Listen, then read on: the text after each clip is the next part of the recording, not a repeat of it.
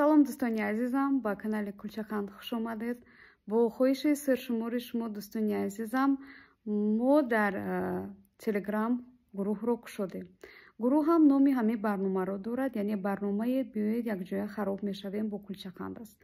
Ва тибқи хоҳиши шумо, чун бисёриҳо хостанд ки шомили ин барнома шаванд, вале гуфтанд ки видеоҳоро ёфтан дар тикток душвор ҳаст ва аз куҷо сар кунем, якум кадом амалҳоро иҷро кунем нафаҳмидем.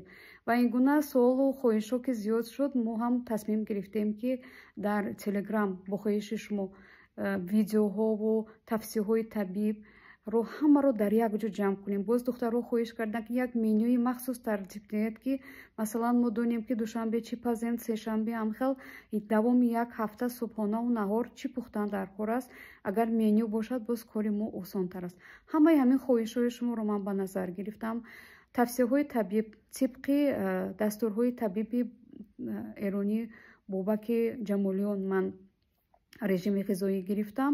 Режими ғизоии камкарбогидрат ва шукри худованд натиҷаҳои хуб гирифтам ва таҷрибаҳои худро дар саҳифаам гузоштам ва бисёриҳо таваҷҷӯҳ карданд ва хостанд ки шомил шавам.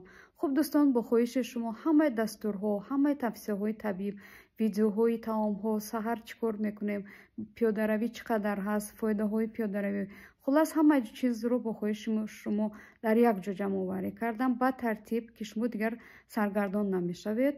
беташвиш мебинед ки якум кадом амал аст, дуюм кадом амал аст. ҳамаи онро зина ба зина барои шумо тайёр кардам дӯстони азизам ва роҳат дигар аз он истифода мекунед. ва дӯстони, барои шомил шудан ба гурӯҳ чӣ кор кардан лозим аст?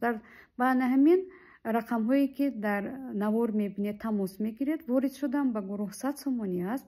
маблағро супорида вориди гурӯҳ мешавед. дигар ҳамаи дастурҳо дар ихтиёри шумо ҳастанд, тавсеҳҳои табиб дар ихтиёри шумо ҳаст ва танҳо истифода мекунед ва тибқи он амал мекунед. ва чун ҳамеша мегӯям, ҳатман бо табиби худатон пеш аз истифода машварат кунед ва баъдан ба режими ғизоии мо гузаред.